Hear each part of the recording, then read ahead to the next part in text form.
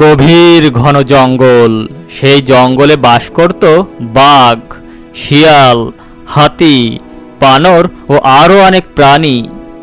তাদের মধ্যে বাঘ ছিল অনেক দুষ্টু। সেসব প্রাণীকে ভয় দেখিয়ে তার খাবার জোগাড় করে নিত, আর জঙ্গলের অন্য প্রাণীদের ভালো মতো খেতে দিত না। তাই জঙ্গলের কোনো প্রাণী তাকে মন থেকে ভালোবাসতো না। দুদিন হয়ে গেছে, কোনো শিকারের দেখা নেই। কাকে ভয় দেখিয়ে যে শিকার জোগাড় করি। এমন সময় তার সামনে দিয়ে হেঁটে যাচ্ছিল এক কুকুর। এই কুকুর, এদিকে আয়। গত দুদিন ধরে কোনো শিকার পাচ্ছি না। যদি তোর জীবন বাঁচাতে চাস, এখনই আমার জন্য কোনো শিকার ধরে নিয়ে আয়। আর যদি শিকার ধরে আনতে না পারিস, তাহলে তোকে খেয়েই আমার পেটের ক্ষুধা মেটাবো। আচ্ছা বাঘ মামা, আমি যেখান থেকে পারি তোমার জন্য শিকার নিয়ে আসছি, তুমি কোনো চিন্তা করো না। এই বলে কুকুর দুঃখী মন নিয়ে শিকারের খোঁজে চলল। এই নাও বাঘ মামা, তোমার খাবার, তুমি এখন খাও, আমি যাচ্ছি। এই বলে সে সেখান থেকে চলে গেল। বেশ কয়েকদিন হয়ে গেল, আশেপাশে কাউকে দেখি না। সবাই গেল কোথায়? এমন সময় তার গুহার সামনে দিয়ে যাচ্ছিল এক শিয়াল। এই যে শিয়াল, এদিকে আয়। নিশ্চয়ই কোনো শিকার আনতে বলবে এই শয়তান বাঘ। কবে যে এর হাত থেকে মুক্তি পাবো কে জানে।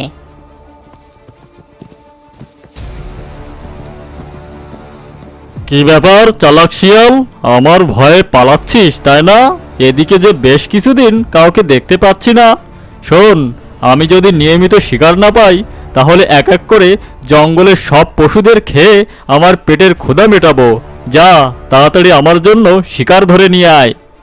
বেশ কিছুক্ষণ পর শিয়াল একটা শিকার নিয়ে আসলো। এই যে বাঘ মামা, তোমার খাবার, এখন তুমি পেট ভরে খেয়ে নাও। এবার তুই চলে যা, আর সবাইকে বলে দিস আমি প্রতিদিন একটা করে শিকার চাই। না পেলে সব কটার ঘাড় মটকাবো, বলে দিলাম। ঠিক আছে বাঘ মামা। বেশ কয়েকদিন হয়ে গেছে, কারো কোনো খোঁজ নেই, আর বাঘ কোনো শিকারও পাচ্ছে না। ভীষণ রেগে আছে বাঘ। এমন সময় বাঘ দেখলো এক শিয়াল তার দিকেই আসছে। বেশ কয়েকদিন ধরে আমি কোনো শিকার পাচ্ছি না। তোকে যে বললাম প্রতিদিন আমার জন্য শিকারের ব্যবস্থা করে দিতে, তুই মনে হয় কাউকে বলিসনি। আজ তোকে খেয়েই আমার পেটের ক্ষুধা মেটাবো। দাঁড়া তুই। না না বাঘ মামা, আমাকে খেও না, আমার কথা শোনো। তোমার জন্য একটা সুখবর আছে। কি সুখবর, বল দেখি। আমি একটা বড় শিকারের সন্ধান পেয়েছি, যা তুমি 1 সপ্তাহ ধরে খেতে পারবে। আর তোমাকে কাউকে শিকারের জন্য ভয় দেখাতে হবে না। কিন্তু কিন্তু কি? তাড়াতাড়ি গিয়ে শিকারটা নিয়ে আয়, আমার বড্ড খিদে পেয়েছে। বাঘ মামা, পাশের গ্রামের এক লোকের গরুর খামার আছে, আর তার থেকে একটা গরুকে সে ঘাস খাওয়ানোর জন্য মাঠে বেঁধে রেখে গেছে। আমি আনতে চেয়েছিলাম, কিন্তু কি করে আনি? আমি তো একটা ছোট প্রাণী, আমি তো তাকে নিয়ে আসতে পারবো না। কোথায় সে গরু? আমাকে নিয়ে চল সেখানে।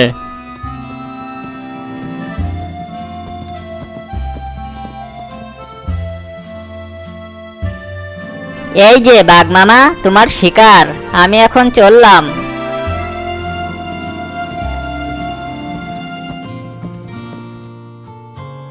এই গরু, তোকে তো আজ আমি খাবো।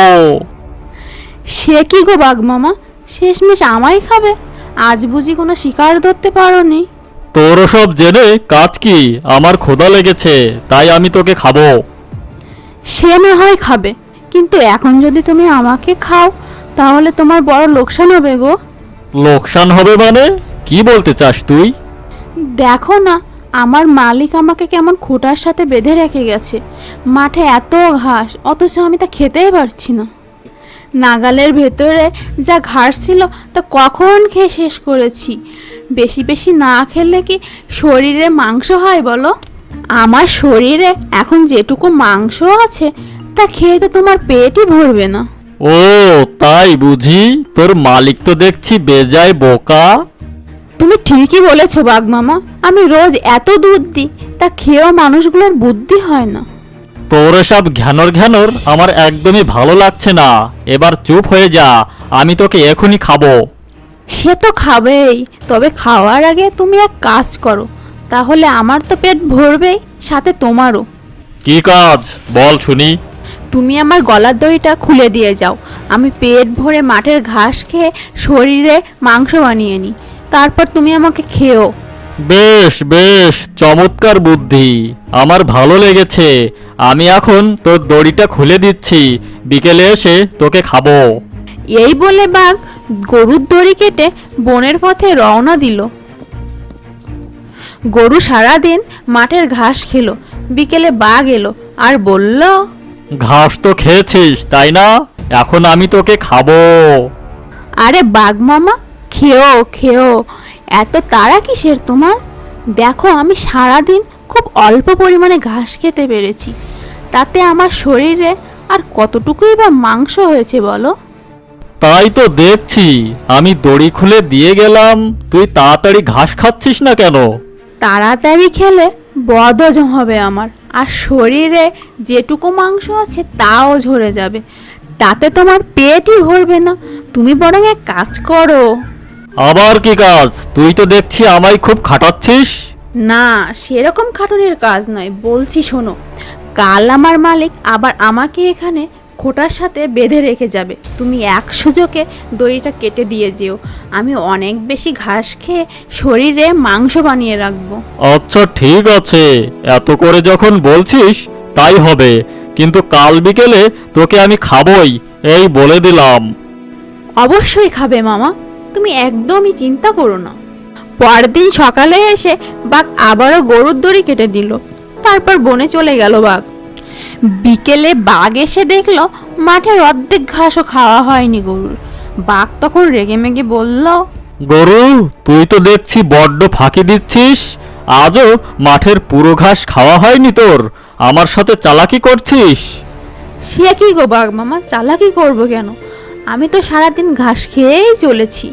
এত বড় মাঠের ঘাস একদিনে খেয়ে শেষ করা কি চারটিখানি কথা? আর শেষ না করলেও তো চলবে না। তুমি কাল এসে আবার আমার দড়ি কেটে দিয়ে যেও, কাল আরও অনেক ঘাস খেয়ে ফেলবো আমি।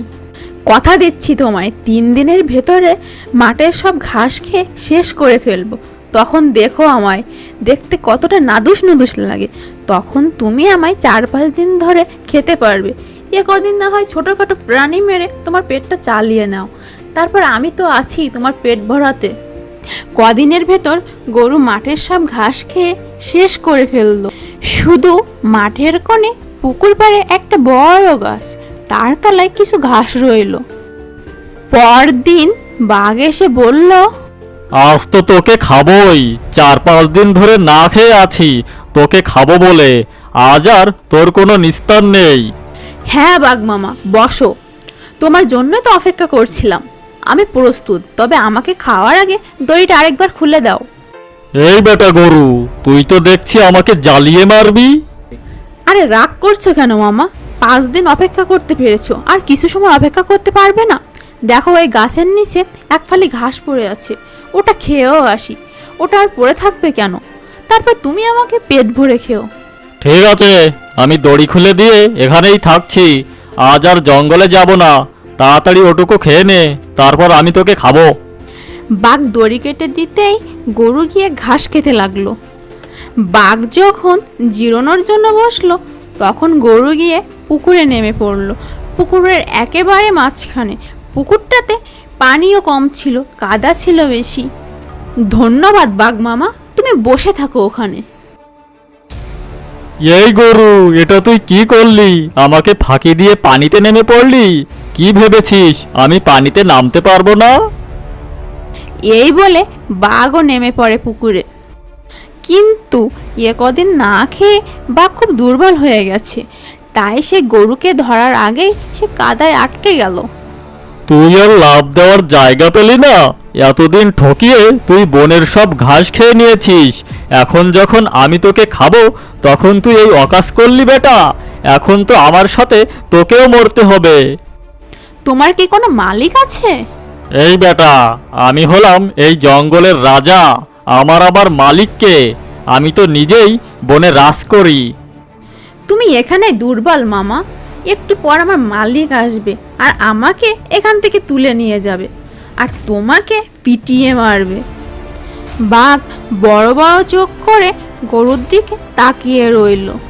সন্ধ্যায় গরুর মালিক এসে গরুকে সেখান থেকে তুলে নিয়ে গেল আর বাঘ সেই পুকুরের কাদায় আটকে রইল।